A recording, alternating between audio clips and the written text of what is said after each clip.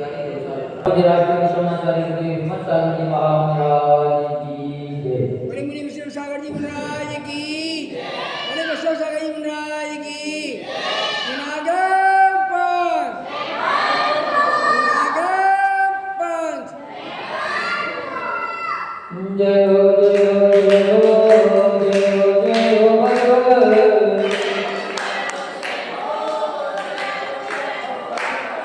जय हो जय हो जय हो जय हो जय हो भगवान।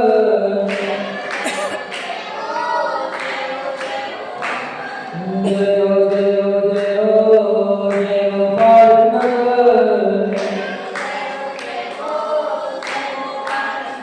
हमें दे दो प्रभु जी हमको चाहे।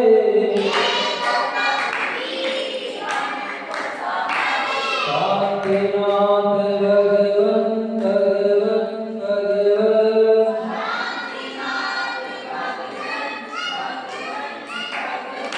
जय हो जय हो जय हो जय हो जय हो भगवन।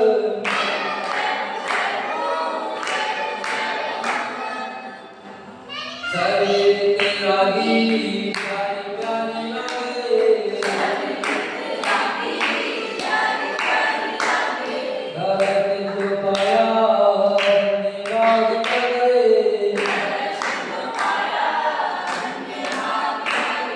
करो करो नमन नमन नमन।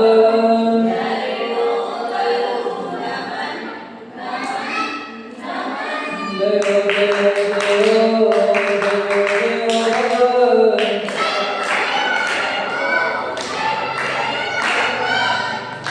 सर्वज्ञ स्वामी शरण में आया।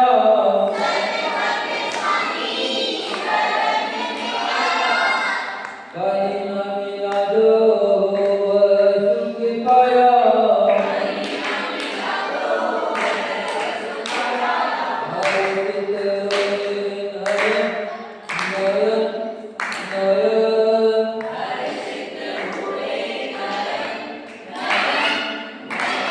जय हो जय हो जय हो जय हो जय हो भगवान।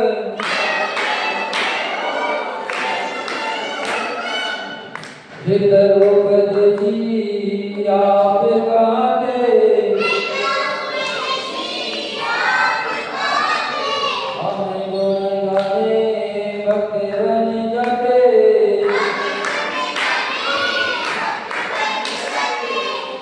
छोड़ो अब चरण चरण चरण।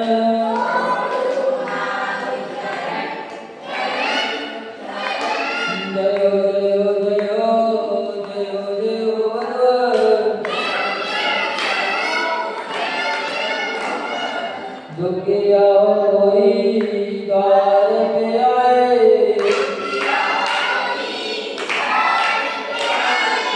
हंसता हुआ ही द्वार से जाए।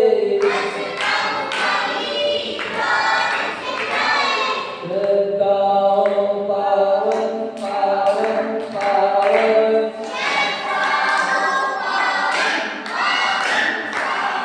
जय हो जय हो जय हो जय हो जय हो भगवान।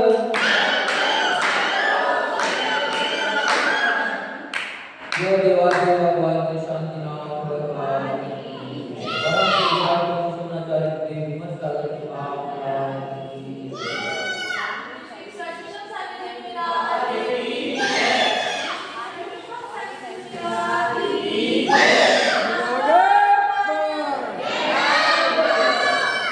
विनागम पंथ,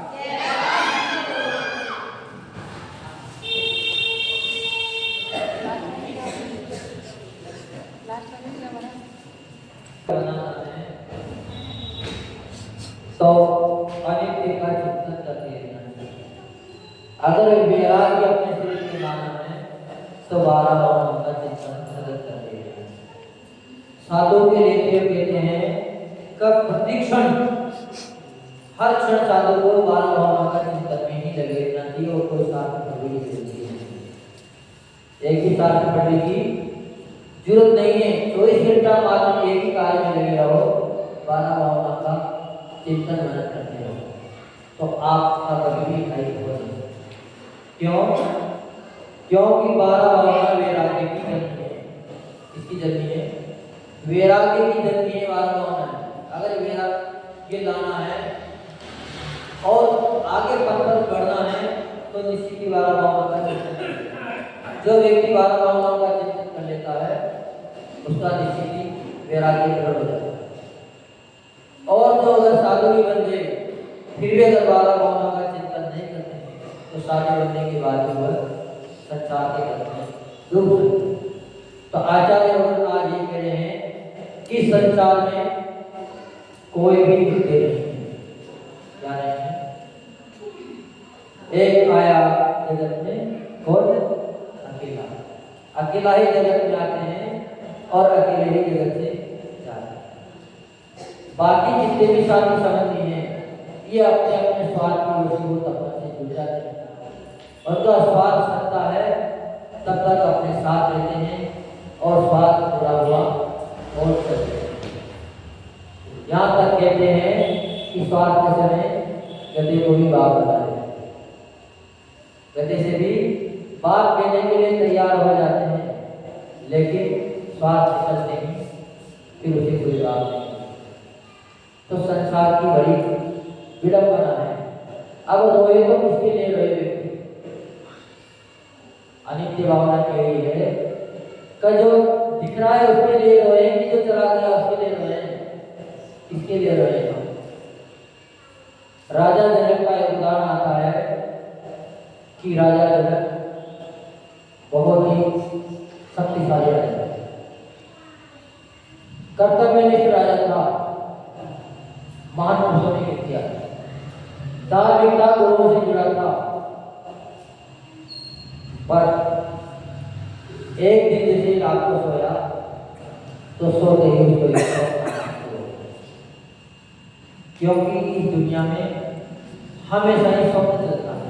एक स्वप्न होता है दुनिया का, एक स्वप्न होता है बता।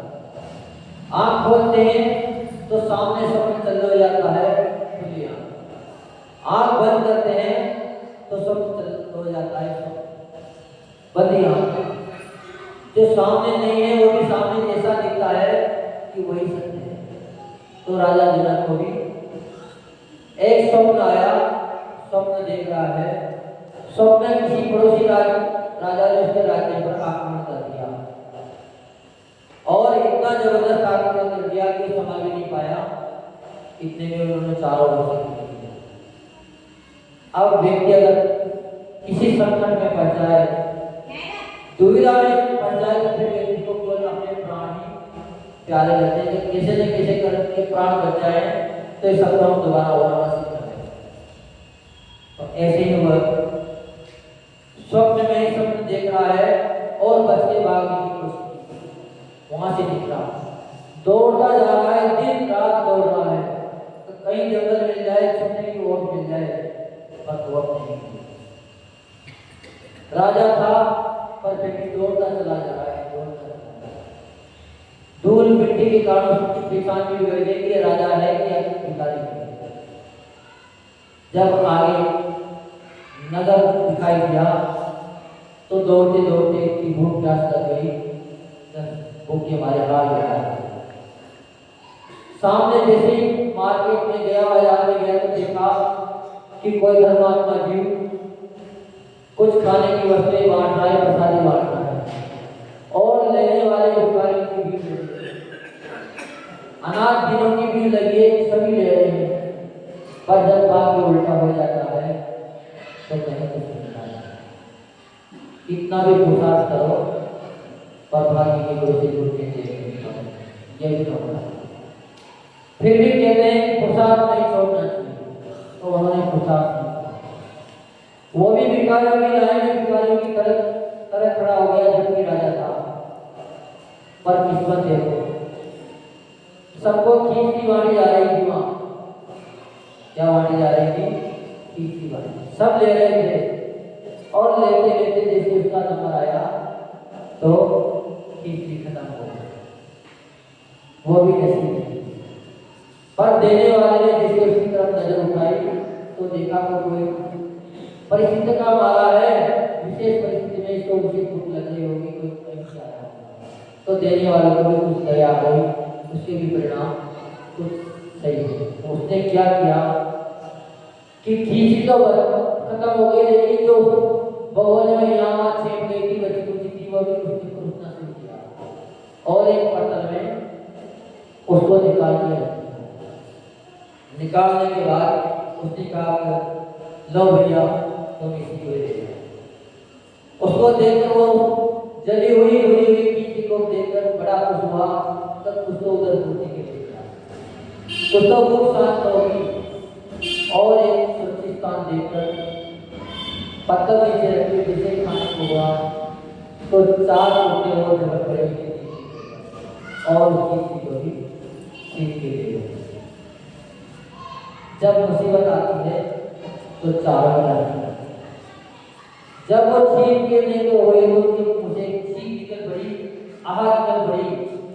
ये निकलते वो छोटे से बैठ गया और उसकी आवाज सुनकर सारे नानी भी उनके पास दौड़ गए। सारे दरबारी इकट्ठे हो गए, पर कहीं तो क्या करें। बड़ा विचार मंद था कि सामने तो मैं अभी तो राजा हूं, लेकिन अभी दूसरा भी। इतने में ही मंत्री से बोला कि भैया मैं एक दुविधा में हूं, आप बता दीजिए जो मैं देख रहा हूं उसके लिए सोचूं या जो देख चुका उसके लिए सोचूं, सच क्या है। तो मंत्री भी बात को समझ गया। मंत्री ने कहा कि जो देख रहा था वो भी सत्य है और जो देख रहे हो वो भी सत्य है। इन दोनों में कोई साथ नहीं है, दोनों ही झूठे हैं। क्या है? दोनों ही झूठे, दोनों ही सपने हैं। ये भी सपना है वो भी सपना है। इसीलिए ना उनके लिए दुखी हो न इसके लिए दुखी हो, केवल अपने आत्मा के कल्याण का विचार करो। यही अनित्य भावना आज बताई है कि माता पर स्वप्न ले रहे हैं। कोई रात के स्वप्न के लिए दुखी है तो कोई दिन के स्वप्न, ये भी एक स्वप्न है। कब आंख बंद हो जाए कह नहीं सकते। अभी सामने दिख रहे दो बार दिखेंगे नहीं दिखेंगे कोई भरोसा नहीं। तो इस संसार में सभी प्राणी अकेले आते हैं और अकेले ही जाते हैं। देह भी जीव के साथ नहीं जाती है। जब मरता है तो देह भी इसकी यही रह जाती है। एकत्व और अनेकत्व की भावना अहंकार ममकार को छोड़े बिना नहीं आ सकती। जब तक अहंकार अपने अंदर रहेगा या मान बसाए रहेगी, ममकार रहेगा, तब तक इसका बोध कभी भी नहीं हो सकता। पर जब इसका पता चल जाता है, इसका बोध हो जाता है, तो व्यक्ति स्वप्न की दुनिया से बाहर हो जाता है। क्योंकि जब तक इससे जीव का संबंध है अथवा ये भाव को नहीं समझ सकता, उसकी अंतर चेतना सदा स्वरूप से विमुख होकर भावों में लगी रहती है। वो व्यक्ति हमेशा फिर पार्टी होती जाता है। और जब पार्टी सोचता है, पर के मोह में जो फंस जाता है, पर के मोह के साथ चलने की कोशिश करता है, वो दूसरा गिरे ना गिरे लेकिन वो स्वयं तो गिरे। क्योंकि जो दूसरे की सोचेगा उसका तो अहित सुनिश्चित है। हम साधु बन गए, यहाँ आ गए। हम अगर तुम्हारी सोचने लग गए, तुम्हारे अनुसार अगर हम चलने लगे तो निश्चित ही हम पश्चित हो जाएंगे, हमें मंजिल नहीं मिलेगी। और अगर हम आगम की सुनने लगे, क्योंकि साधुओं की आगम है, आगम चक्षु साधु। अगर आगम की सोच के रहे, आगम के अनुसार चले, तो फिर कभी भी हमारी पश्चिती नहीं हो सकती, कभी भी दुर्गति नहीं हो सकती। इसलिए आचार्य भगवान ने कह दिया कि अनित्य का भावना का चिंतन सतत करते रहना चाहिए, किसी के बहुत ज्यादा नहीं करना चाहिए। ये बिल्कुल सत्य है। इस संसार में सभी दुखी है, तो किस चीज का दुख मिटाओगे? क्या ऐसा नहीं हो जाएगा कि उसके दुख मिटाते मिटाते तुम्हारे अंदर दुख ना आए?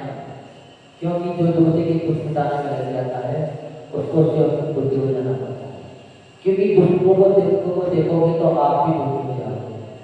इसलिए बुद्धिमत्ता ऐसी नहीं है कि किसी के दुखों को मत देखो, दुखों की तरफ आंख उठाकर भी मत देखो, क्योंकि दुख को देखोगे तब भी परेशानी आएगी और विचार करोगे तो भी परेशानी। इसलिए सोचना है बात अपना। हम जब तक तुम्हारे सामने रहते हैं तब तो आपकी भाषा बोलते हैं, आपके अनुभव करते हैं, पर जैसे आपने पीठ फेरी और आप ही के बारे में उल्टा सोचना शुरू कर देते कि देखो इतना समय हमारा बर्बाद कर गए, कुछ मिला नहीं।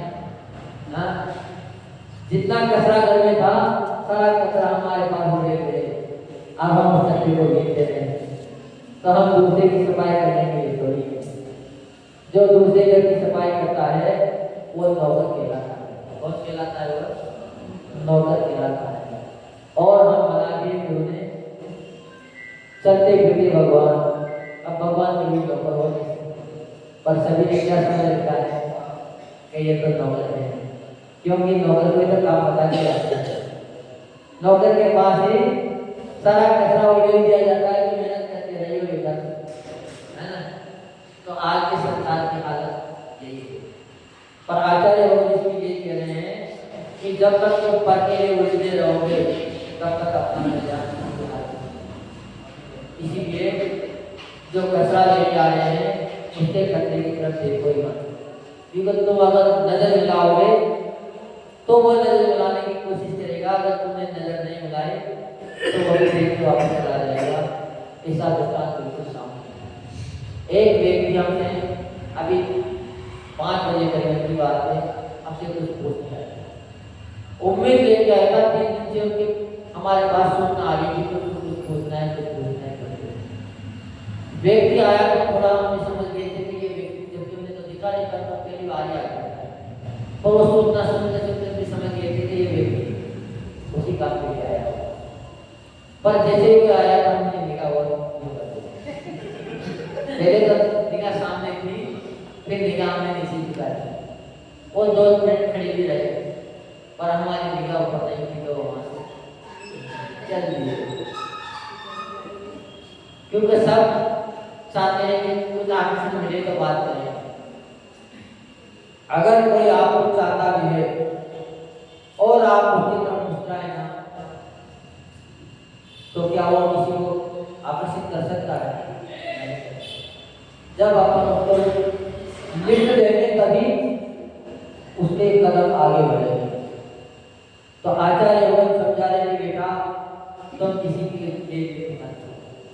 अगर तुमने लिफ्ट दी तो आज तो 4 कदम के लिए आप तुम्हारे साथ बैठेंगे, फिर हो सकता है जिंदगी में तुम्हें उनको बिठाना पड़ेगा, क्योंकि एक बार रास्ता बनाया और फिर बार बार हो जाती है। एक बार खुजली चल गई तो फिर वो खुजली तब तक नहीं मिटती जब तक खून नहीं आ जाएगा।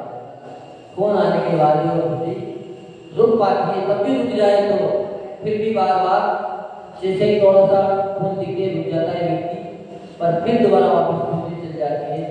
तेरे संसार एक खुजली की तरह है, तुम किन किन की सुनोगे, किन किन को बताओगे। इसलिए अच्छा है किसी की सुनोए तो कुछ बात नहीं। इसलिए कभी दूसरे की खुजली में भी अपने को हाथ नहीं डालना। अपना वस्त्र खुद को स्वच्छ करना चाहिए और अपना वस्त्र ही पहनना चाहिए, क्योंकि दूसरी का वस्त्र नहीं पहनना चाहिए, क्योंकि दूसरी का वस्त्र पहनेंगे तो हो सकता है कि दूसरी बीमारी हो जाए। तो आचार्य भगवान की भावना में यही कह रहे हैं कि मात्र अपना विचार करो, दूसरे के चक्कर में मत पड़ो। आसक्ति विरक्तिमय परिणामों में लिप्त रहना ही उसे रुचिकर प्रतीत होगा। सभी कार्यों का कर्ता स्वयं को मानने लगता है, मैंने ऐसा किया, मैं न होता तो ये कार्य नहीं होता इत्यादि। इस प्रकार की यह जीव चिंतन कर ध्यासक्त होकर अहंकार ममकार में फंस जाता है। देह जीव की पृथकता का यदि ज्ञान कर लें और ये जान ले कि संसार में कोई किसी का संगी साथी नहीं है, तो यथार्थ ज्ञान होने में उसे क्षण भर भी समय नहीं लगेगा। लेकिन जान भी रहे, ऐसा भी नहीं कि नहीं जानते। पर जानते हुए भी अंधे बने हैं, मान नहीं रहे हैं। सब समझ रहे हैं कि संसार में कोई किसी का नहीं है, जब जाएंगे तब सारी माया यही रह जाएगी। पर फिर भी अपने हाथ में एक कोनी भी नहीं छोड़ सकता। कोई अगर ले भी जाए तो व्यक्ति तो पर मर जाएगा, लेकिन छोड़ेगा नहीं। पर जब तक तुम छोड़ोगे नहीं, तब तक तुम्हारा कल्याण भी नहीं होगा। इसलिए अनित्य भावना का सही चिंतन करो, ताकि ऐसा समझ नहीं दिख रहा है कि अनित्य भावना का चिंतन करने के बाद भी किसी को विराग आ जाए। ऐसा तो कोई विरले महापुरुष होते हैं जिनको आ जाता है, तो बड़ा मुश्किल काम है। पर फिर भी अगर चिंतन करते रहोगे तो कम से कम घर में तो नहीं जाओगे, जहाँ है कम से कम वहाँ की मानो तेरी जाओगे से किसी भी अनित्य का चिंतन करना चाहिए कि संसार में कुछ भी अपना नहीं है और नहीं हम किसी के हैं। इतनी जब बात समझ में आ जाएगी इससे अपना कल्याण तो हो जाएगा, दूसरे का होता हूँ। यह परम पूज्य राष्ट्रीय समाचार्य महाराज एक हिंसक पशु को भी अहिंसक बना दिया था।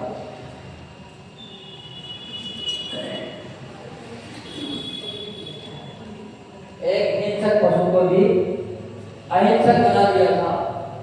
आज हमारे बेईमान क्या है ना मेरी बात है।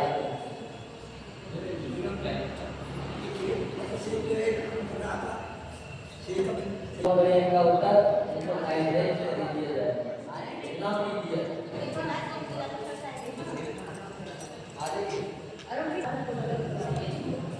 शराब के 8 गुण कौन से हैं? शराब के 8 गुण कौन से हैं?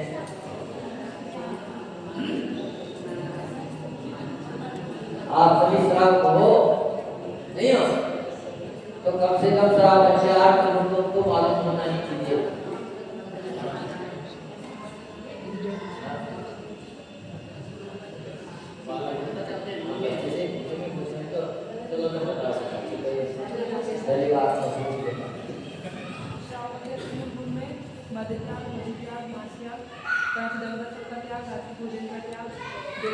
करना, पानी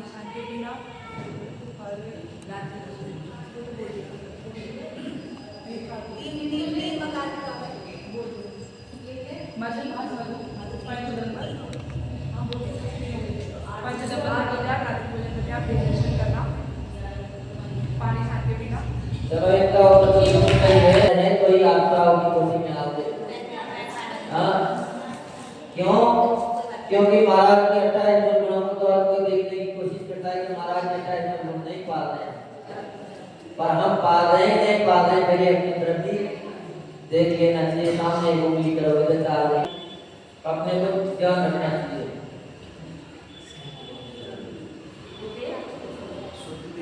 ले जाए कितनी होती है? ले जाए कितनी होती है? ले जाए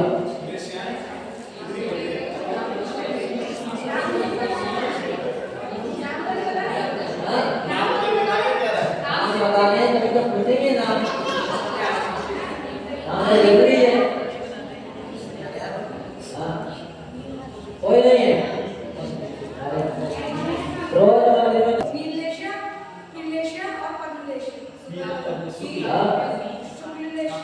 शुक्ल बाद में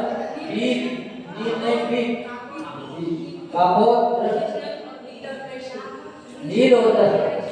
ऐसे लेशियों का कर्म है।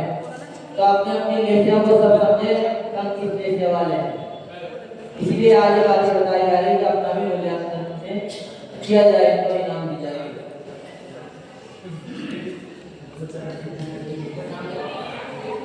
अनर्थ कर्म किसे कहते हैं? क्योंकि आप सभी लोग अनर्थ कर्म करने में लगे हो। हमारा अनर्थ का त्याग है। अनर्थ कर्म किसे कहते हैं? अनर्थ कर्म शास्त्र में आता है कि श्रावण को अनर्थ कर्म से बचना चाहिए।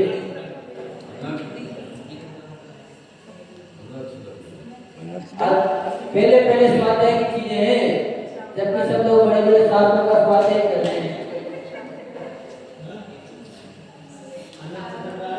पर स्वाध्याय कर्म से करना चाहिए, तभी जाके उन्नति होती है। अनर्थ कर्म कैसे है?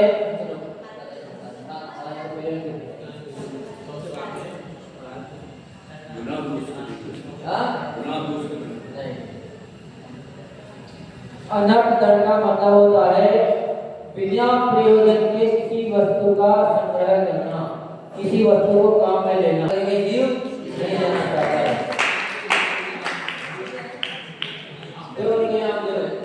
कौन से आयु का वध जीव नहीं करना चाहता है? कौन सी आयु का वध जीव नहीं करना चाहता है?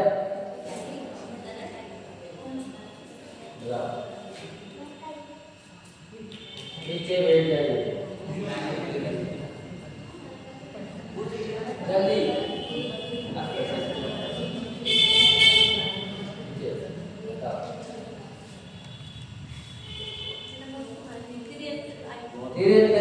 आयु का वध कोई भी नहीं करना चाहता है, पर नरक में कोई जाना नहीं चाहता।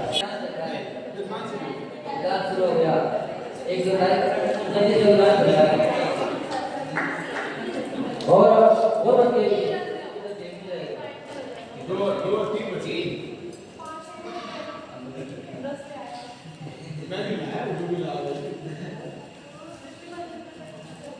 वजन का प्लान करो,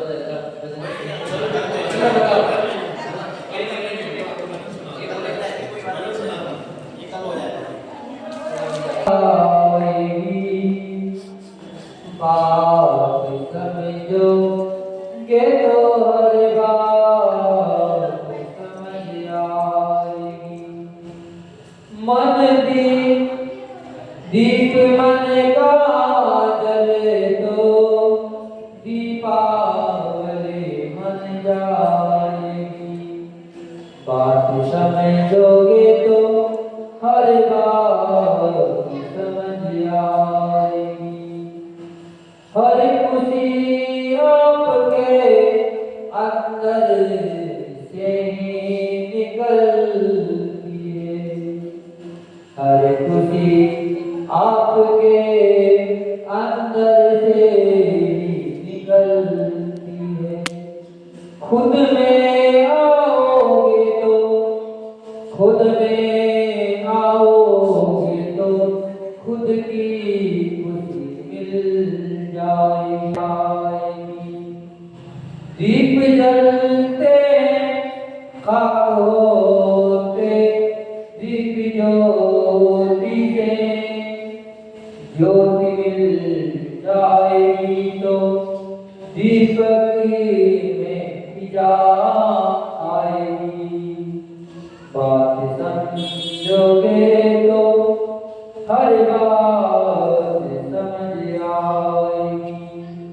मन दीप मन का जले तो दीपावली मन जाएगी। क्यों भटकता है जमाने में, क्यों भटकता है जमाने में, छोड़ के खुद को खुद में तू लौटिया। मंजिल यही मिल जाएगी।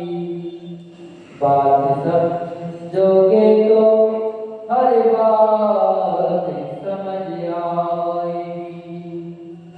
खुशियाँ हजार चाहता आयु को बेच गए।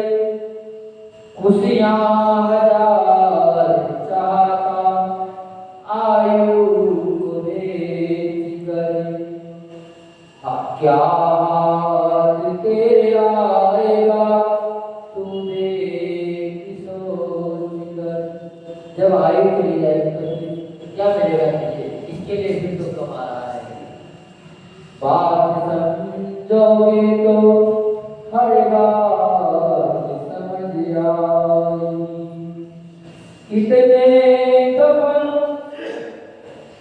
कितने दफन जमी में जलेगी शमशान में।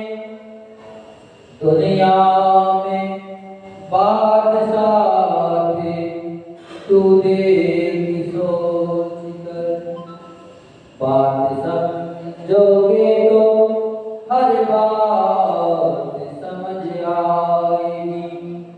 दीप मन का जले दीपावली मन जाएगी, बात समझोगे तो हर बात समझ आएगी। जो ब्रह्म के राज्य की समाचारी हुए विमर्श साधन महाराज। इसीलिए आपको अपनी बात समझने की कोशिश करोगे तो ऐसा एक